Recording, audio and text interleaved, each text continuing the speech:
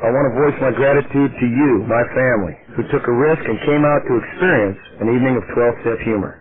This tape is dedicated to those who never had a chance. Your comedian tonight has performed in 41 states and 5 different countries. He's in recovery, but the insanity remains. Please welcome Mark L.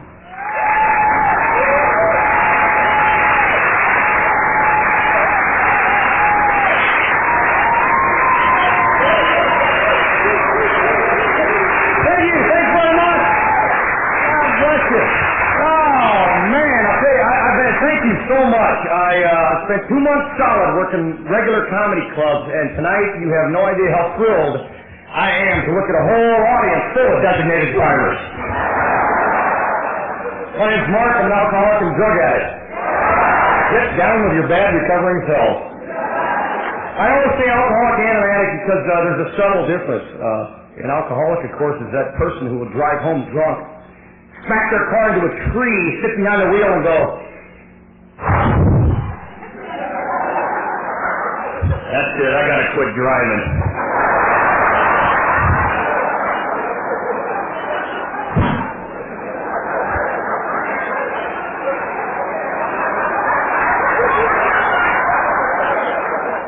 A drug addict will drive home, same physical condition, hit the same tree, walk away from the accident going,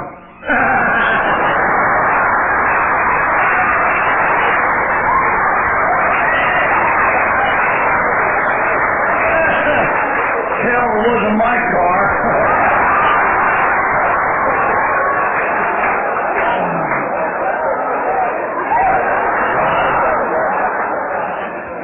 And of course, the codependent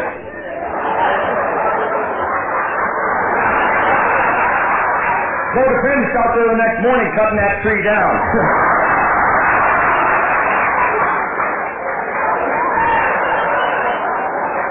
It's all your fault.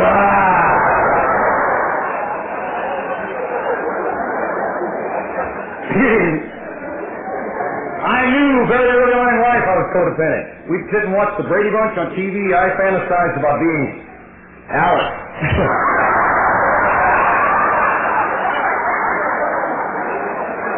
Of course, there may be another issue there. I don't know.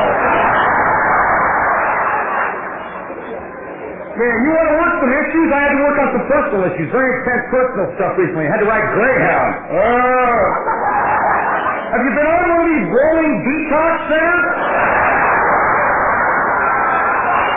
Talk about principles in all our affairs. My God. That Greyhound system is just wrong. The driver had 3 teeth. 3 in his pocket.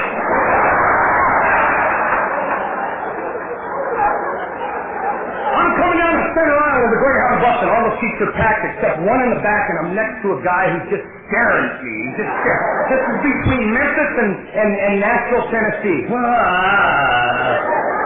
Coming down the aisle, and the guy's staring at me the whole way. I get real close to him. He says, "Is that an earring in your ear?" Thinking real quick, I said, "Oh, no, sir, that's a birthmark." He said, "Okay, sit down." Thank God all Vegas are ignorant. I'm sitting on the Greyhound, this close space with drooling drunks and whiners and dope fiends. It was like Thanksgiving at Miles.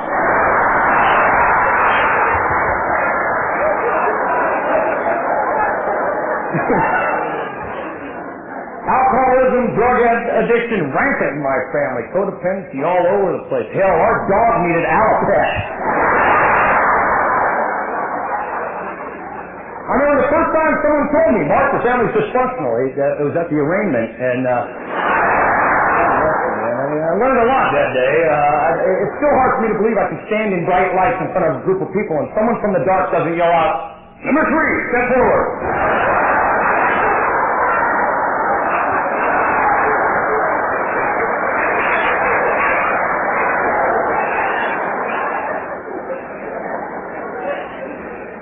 I could have been a regular on top. That's my favorite show. Now. I love sitting home watching other people go to jail. Dude, I did that. It wasn't on TV, you loser.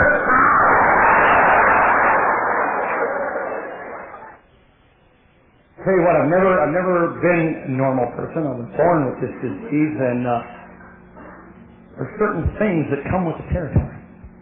Certain knowledge we all have. There are things we all know that we all know. We don't all know till we all get here, you know? Example. You people that snorted your dope. Who made the best straws out there? See what we know? Was that on the menu? No. Nobody behind the counter ever said, free with your Happy Meal, big fat Coke straw. Have a nice day, drug addict. No, he's in here 5 times a day. Information we pick up along the way, it just happens. Good alcoholic knows that they never sell beer in California between 2 and 6 a.m. Don't sell it. They don't sell beer. They don't sell any alcohol. But you can go into a 7-Eleven 24-hour mini mart, something like that, and buy a bottle of. See what we know?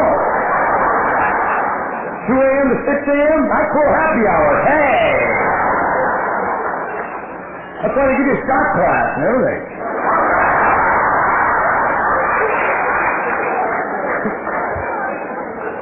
Which I never use. Oh, we won't be eating you. My, was I super rich.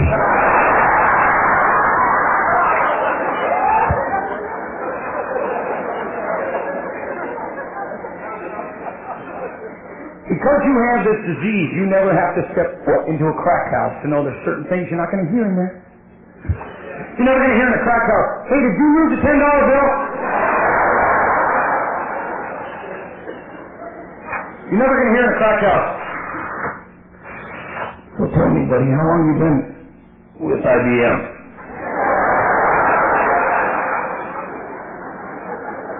You're surely never going to hear this in a crack house. No. After you.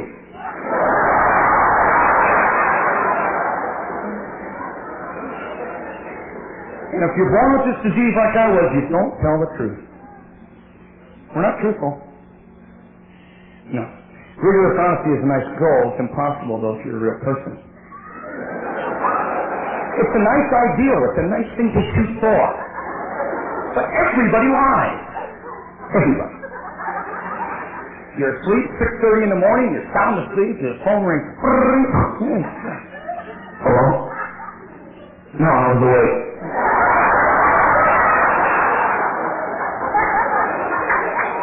When you tell the truth all day, you go to a video store, you rent a video. They got the counter says it's due back by 7 tomorrow. Sometimes these are in my car for a week. Can you be truthful at work? Why won't you be in the work today? I haven't even been to bed yet.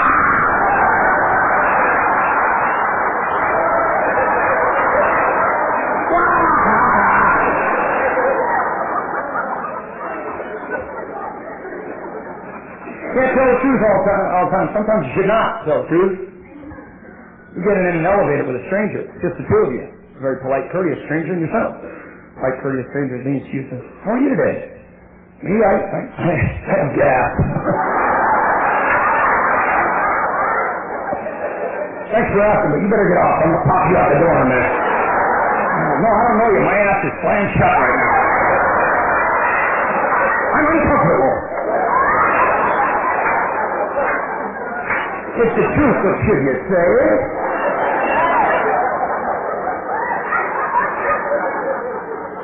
Heaven forbid you should ever experience the pain of being pulled over for drinking and driving. Heaven forbid that should happen to you.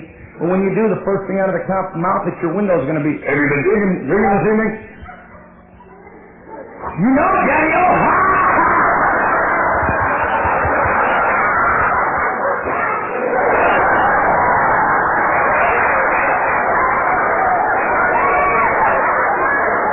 Have I been drinking? What was your first clue, Porky?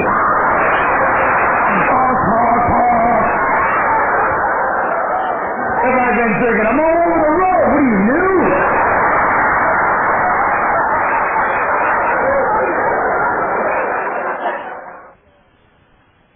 Certain things we all can. certain information we all have when we get here. Some of us like to think we're unique, though, when we get here. That's why there's all these splinter programs coming around. There seems to be 12-step programs for every kind of thing. I was in New York City. I saw Artists Anonymous. I'm probably a silver paint. Do you need that? I was in Vancouver, Canada, the first time I heard EA. Emotions Anonymous.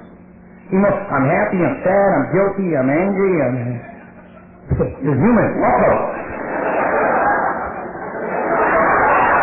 Oh, you're crying. Go with the step. How specific do you need to be? You want to take every symptom of this disease and make a program out of it? It's a lot of work. Go to DA, Denial Anonymous. All right, my name's Mark, and this isn't my fault. In fact, I don't even belong here. Minimizers Anonymous. That'd be a one-step program.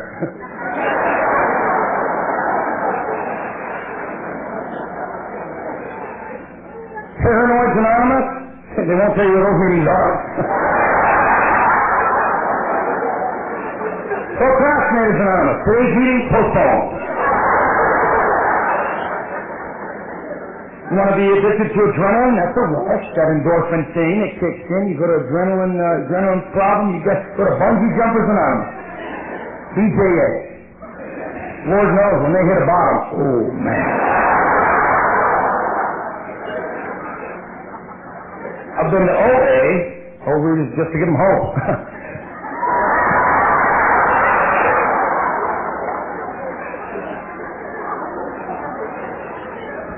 AA and NA and CA there's cocaine and I went to a CA meeting once. I was the only one in the room without a beeper. Oh, I'm not judging, I'm just saying. Don't get me wrong, I like my go fast. I like my powdered stamina stuff. I like that hurry up, go chemical. I like that. I wake up today in fifth gear. And then I make coffee, but I would drink to level out and coke to go up and crank to go upper and come down on drinking and man, I was up and down with yo-yo boy, man. I'd sit in a meeting of CA, start jonesing so bad I had to go to AA to take the edge off.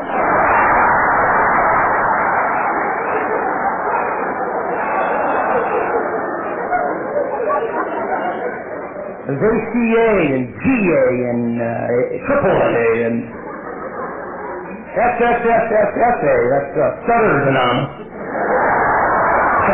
That's a wrong meeting.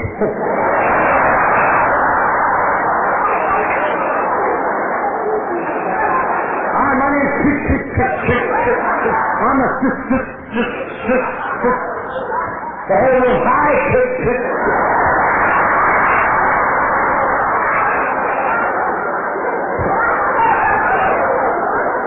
hours and nobody cares.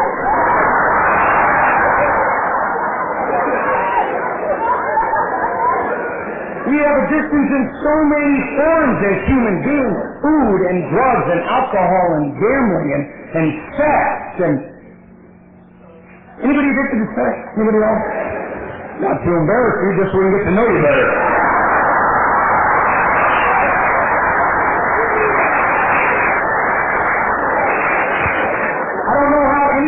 Gets here to some form of recovery without some form of physical sexual dysfunction.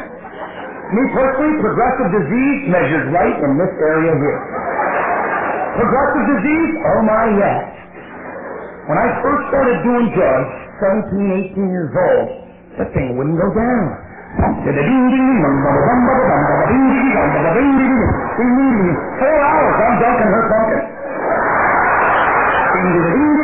She's been asleep for the last 2. But I gotta finish because I'm a man. That's in the law.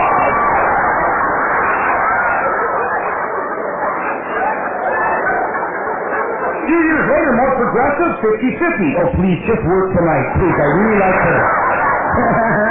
Please. Please, helium, please. At the end of my trail, drug-wise, zero. Zero fun. I had a terminal case of sleepy pee-pee.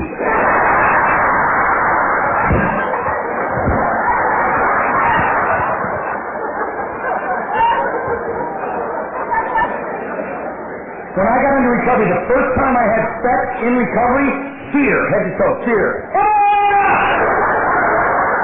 No liquid courage, no powdered stamina, nothing I used to rely on. So I put suggestions from some people in the program. I was really nervous about this night. I knew it was going to happen ahead of time. Oh my God. And I put some suggestions up. Candlelight dinner. Yes. Bubble bath. Candles and mood music. Incense.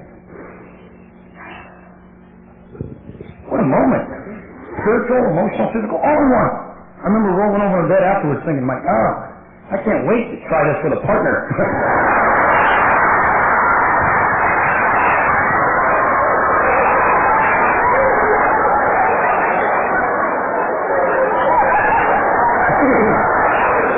Somehow I knew you'd understand.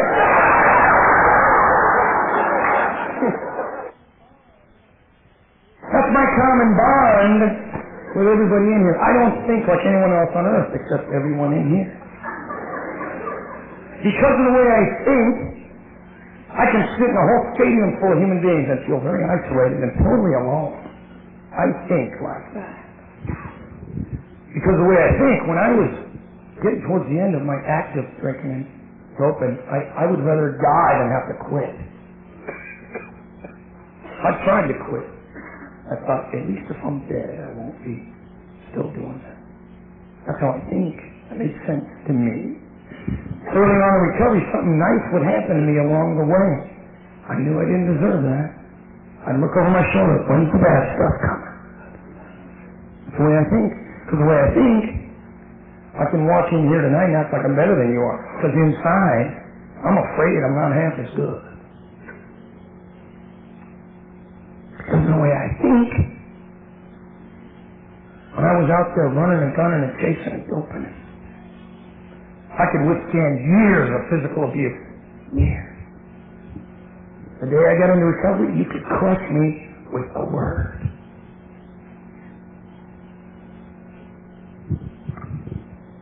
This disease today is no longer about a substance for me.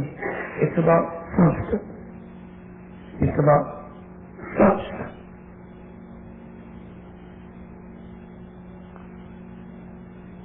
I've been sober a few years, and at any minute I can think like a newcomer. I have that ability because the way I think. It's only in a room like this, in front of people like you, that I feel totally comfortable saying out loud, every day I hear voices in my head. I know there's people in here going, oh yeah, how many?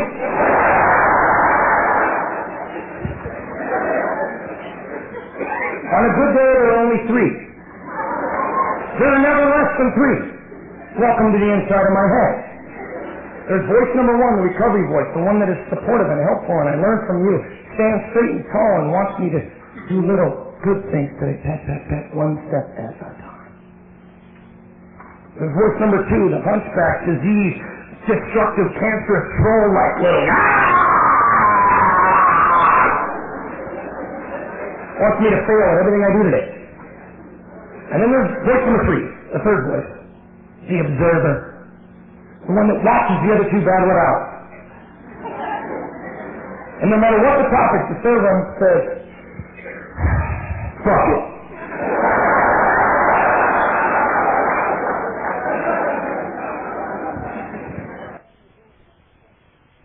I still have the ability to be selfish and cruel and self-centered up here. I still have that ability. That thinker is still there. A couple days ago, I'm at a noon meeting, 12 to 1. It's an hour long. Nooner meeting, hour long. 1:05, some guy's still talking.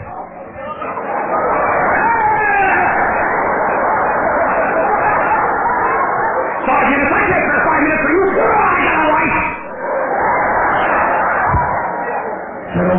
settle down. He and I need to talk. Need to talk, you know?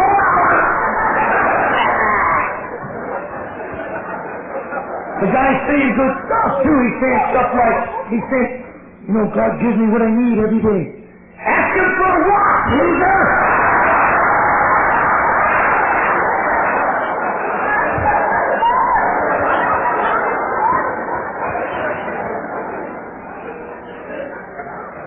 Because of the way I think and the disease I have between my ears, it makes perfect sense to me that if I'm late somewhere and I'm on the highway, I have the right to drive like an asshole. Get out of my way, get out of my way, get out of my way. I'm late, and I know it's my fault if I'm police, but now it's on you. Move over. You move over.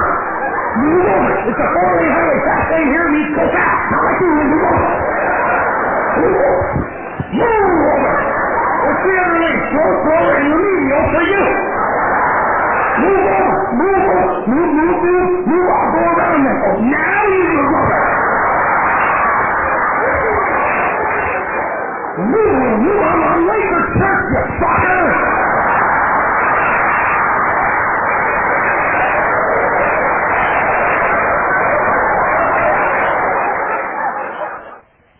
I find that I'm at my best when I think like a child.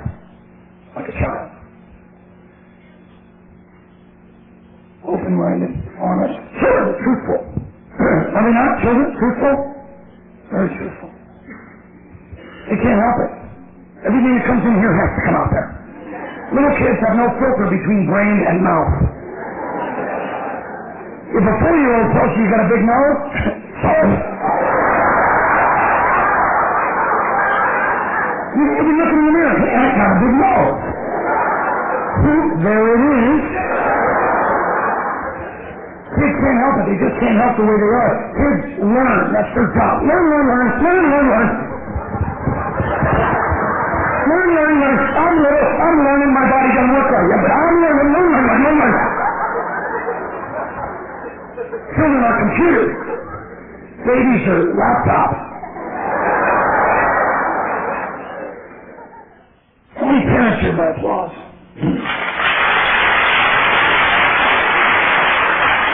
God bless you for coming out to play. That's a kid's whole life, isn't it? Little kids are happy.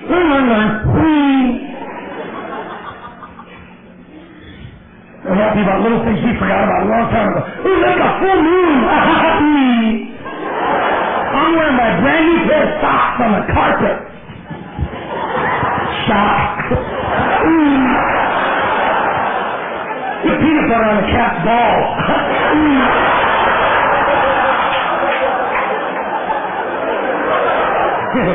I don't care how old you are.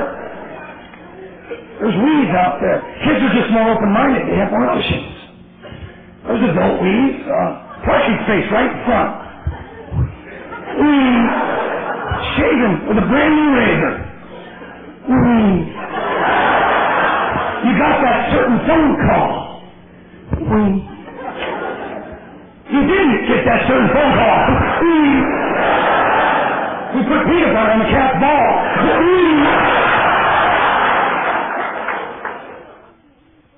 I'm learning weed from your children, from my child. I have a 6-year-old daughter. Her name's Courtney.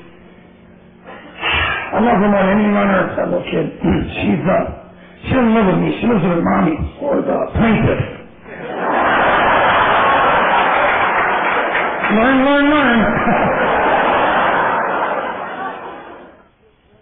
They'll frighten you, kids will, because they change. Kids change. 3 years ago, I'm in Atlanta, Georgia. I call Courtney like I do every day. I call her every day. It's the highlight of my whole day, hearing her voice. 3 years ago in Atlanta, I called for the first time ever. She answered the phone right away. First voice said, "Here's my daughter." I'm scared to death. I'm thinking, where the hell's the plaintiff? I said, "Courtney, why did you answer the phone?" She said, "Daddy, it rang, duh."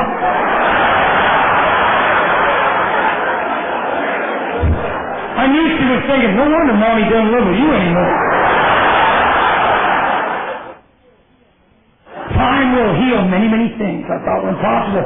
My ex-wife and I, Sharon, she has a name. Beautiful woman. She does. She's a beautiful woman. She's a good mommy. I love her. She's a very good friend. That has happened in time. She's remarried to a very nice man, too. Courtney has two daddies, Daddy Mike and Daddy Mark, which is okay with me because some kids never get one, ever. Courtney has two daddies that love her a lot.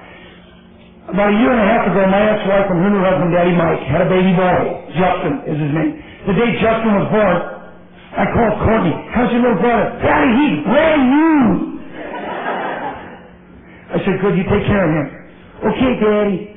I said, listen, honey, go ask Mommy if Justin looks like me.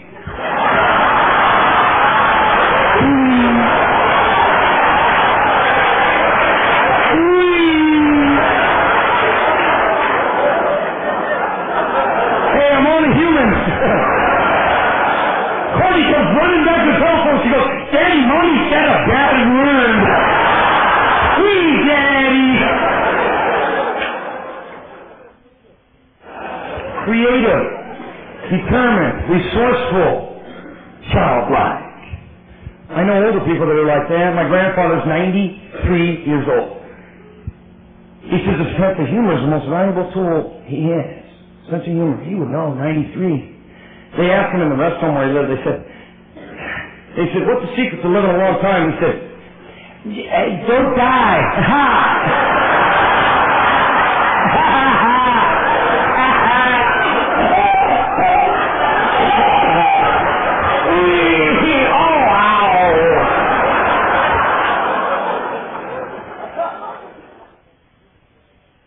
I got to the treatment center in 1988, and one of these...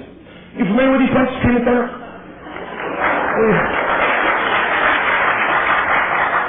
Well, you pay like $15,000 to find out that meetings are free. Hey!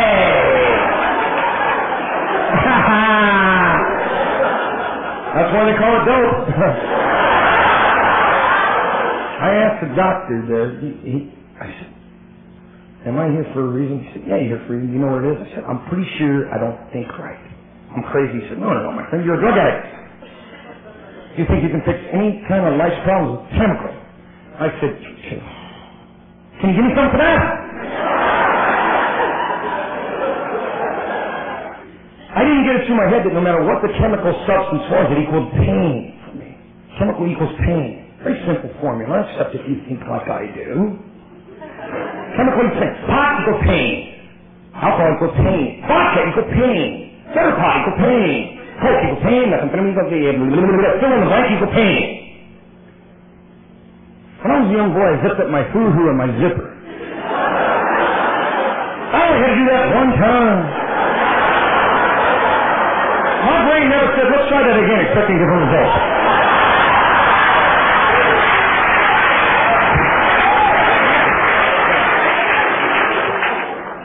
A lot of things I've found that certain events or memories that have healed in time, that's the biggest gift I have these days is time, information to use with that time.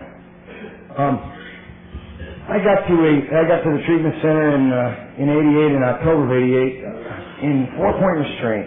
I was a street person. I was a homeless guy. I lived on Broadway in Oakland in a cardboard box in October of '88, and I say cardboard box like it was always the same one. It had an address, my mail, little flowers, throw pillows. They get wet, you get a new one. I live like that by choice. Some of us in this family of ours was huge, homeless through circumstances beyond our control. Me, I chose that lifestyle. I chose to live on that street instead of getting help or gainful employment or shelter. I chose that. Progressive disease, my God.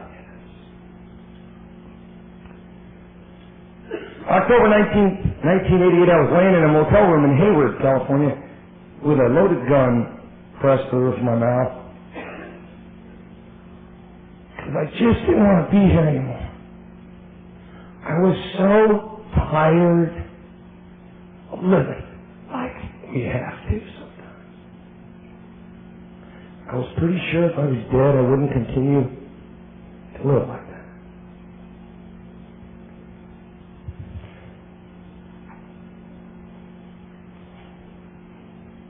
The barrel of the gun's very hard. Your roof of your mouth is quite a soft area. I was sure it was going to work, and I would be cured. I'd never have to run or hide or be chased ever again. I was looking for some relief. My God, that sounded so good.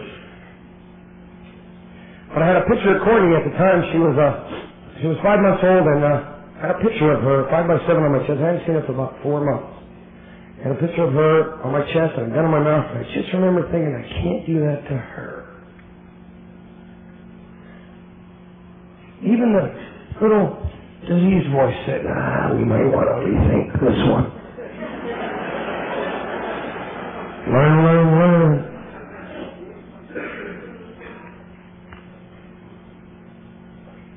She's 6 now.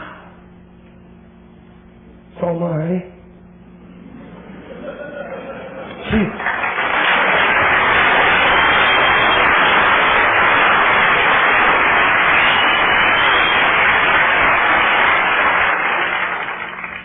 The day after the gun in the mouth thing, I checked into Gladman Hospital in Oakland by choice. They asked me, are you suicidal? I said, yes, every day for a long time. They put me in 4-point restraint. I thought I made a bad decision at the time. I was laying there in 4-point restraint and thinking, this is not right. This is, man, I'll tell you, 4-point restraint. If you're not familiar with 4-point restraint, it's ankles and wrists strapped to a platform. You can't get up from. We're not going to watch straps. Oh, no. Big, fat, wide, double-pronged strap. I'm looking over in the detox next to me at this guy in 5-point restraint. He's got one right here around his neck. I'm thinking, hey, I'm not that bad. I can move my head. Ha ha. Look at me, buddy. I am a winner. I started doing comedy in '89 in treatment centers. Never did it before I got clean and sober. I was a coke dealer, check forger, tax evader. Thank you. What's damn good on a resume? What were you up to? Sales. '89, I volunteered to do comedy in treatment centers and rehabs and Salvation Armies and jails and prisons. Teach you how to hang on audience. You guys, you're a gift. You're a gift. You chose to be here tonight, most of you. I know some of you got sponsors. We're going, damn it. You're going to have fun. Come on.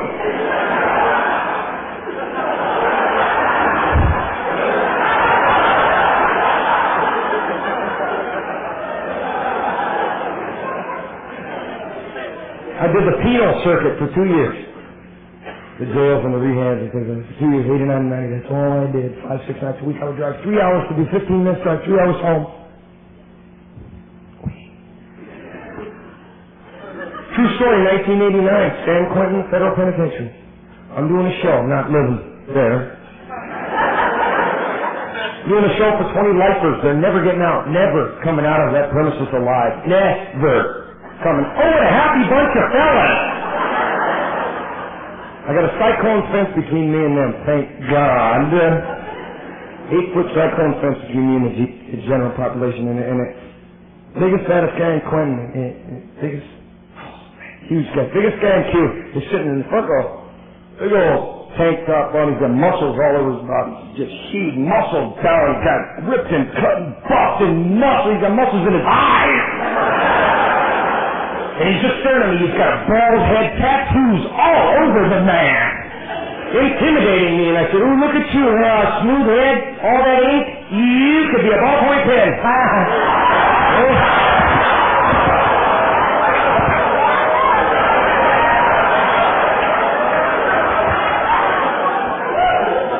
He didn't laugh. He stood up, he put his big sausage fingers to the cyclone fence, big old ham-hock hands, I ended.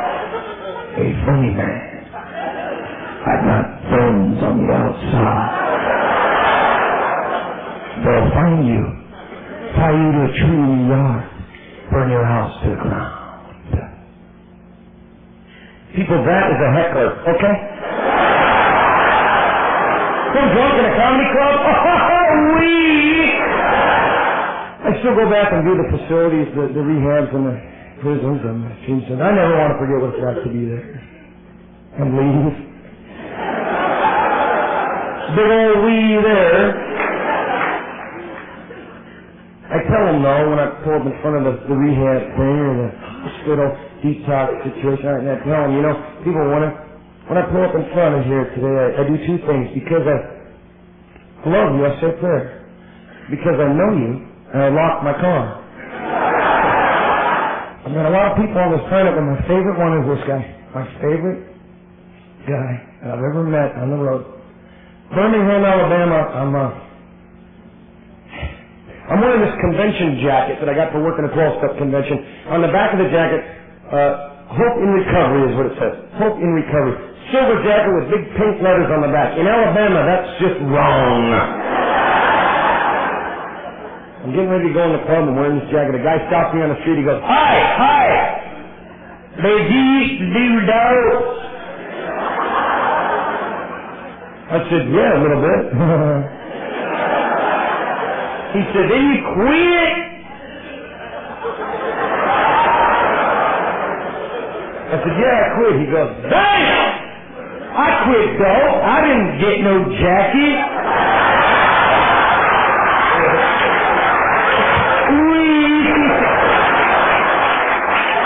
I'm thinking to myself, maybe it's possible to quit just a day too late.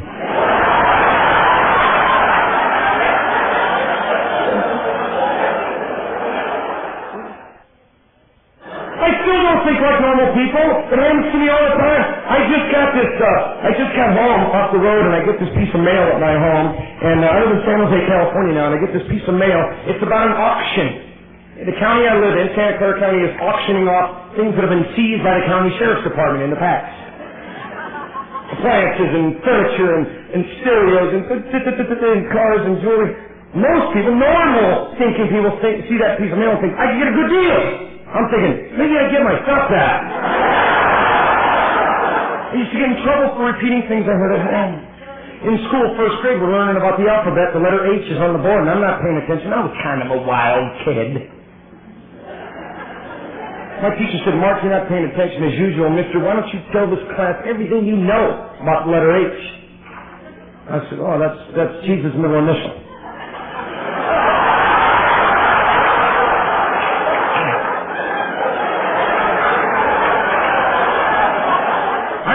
I'm getting in trouble. I owed a dope dealer some money, and he found me and escorted me to his home.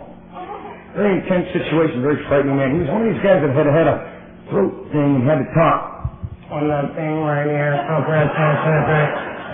He was very intimidating. He had two big old bodyguards there, and I'm a little 22-year-old little pipsqueak, scared little skinny guy. He's saying things to me. You're a little bug. You are a little bug.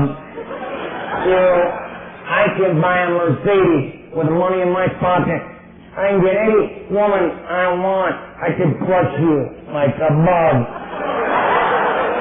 What can you do? I said, me, I can whisper.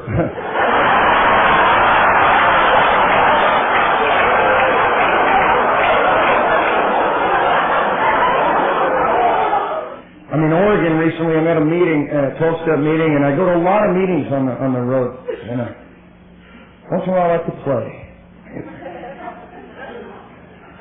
I'm at a meeting, 12-step meeting in Oregon recently, and they're talking. They say, how about the guys in California? Would you like to talk? Sure, I'm a little lonesome being away from home, especially today, because in California today's Amnesty Day. One day a year in California we can drink and use anything we want. Doesn't count against our pain time. Serenity gone! From the room. Big issues, new topic in the meeting. That's not right.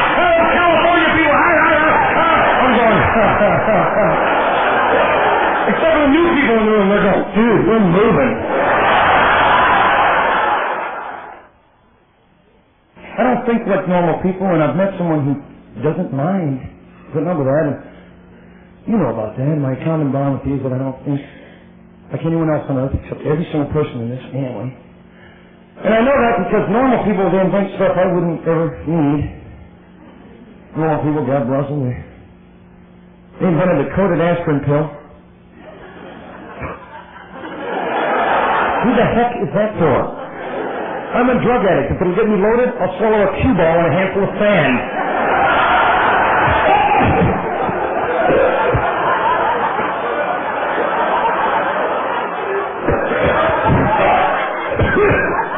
Give me roll. Normal people invented the car alarm. Car alarm? Remember when you used to have to break into an automobile with tick, tick? No longer, now you just late at night, kick the bumper, wait for the owner with the keys. Thank you.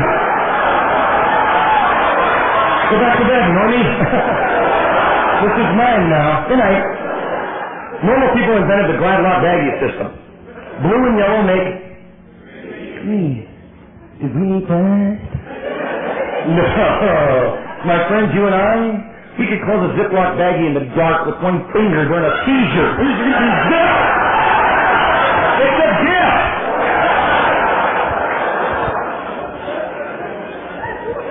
People with this disease, alcoholic, codependent, drug addict, people with the disease of the mind that we have all day, we invented different things. We invented things like espresso.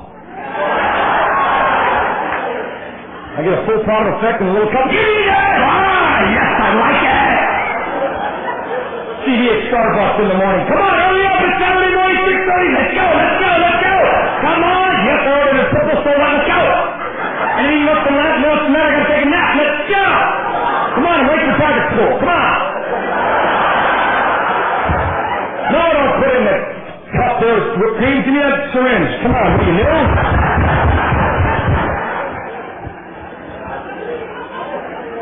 We invented the snooze alarm, people with this disease. Fuck it.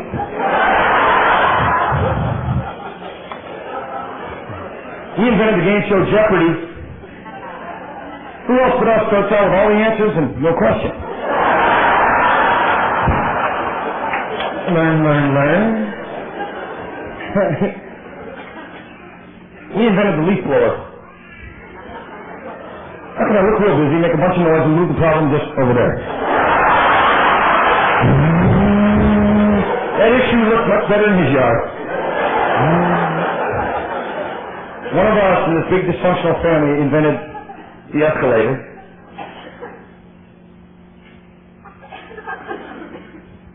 How can I get these steps to work themselves?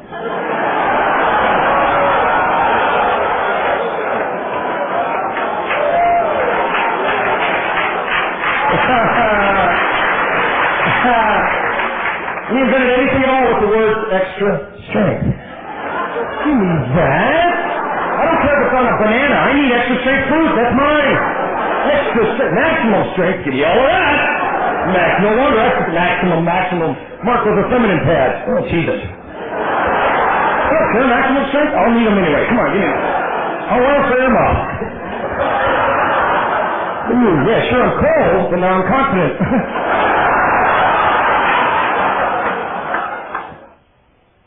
I don't care what color your ancestors were. Who you choose as your significant other. I don't care about your bank account, whether you taste music. If you drive a Mercedes or take the bus. I don't care if you're 93 or 7 months old. You deserve everything good that life has to produce for you. You're worthy of love and respect and fun now. It's time. If you breathe air, we are related to each other. I don't care what you're addicted to, person, alcohol, substance, food, lifestyle. I don't care. I don't care if you're addicted to collecting pencils. Go to PA. You will find in time and work in steps, there will always be pencils in the world. But you don't have to pick one up.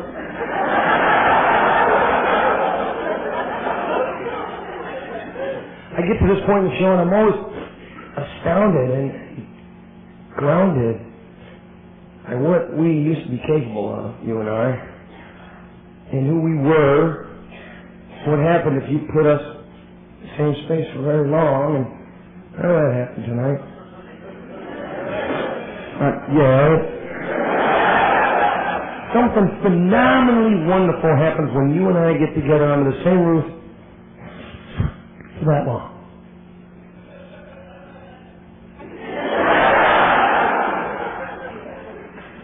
It's a huge, powerful process we're involved here, and I'm a small, little, teeny, tiny part, and I get very humble at this point because it's huge what happens to us. Huge. And it keeps happening. Right?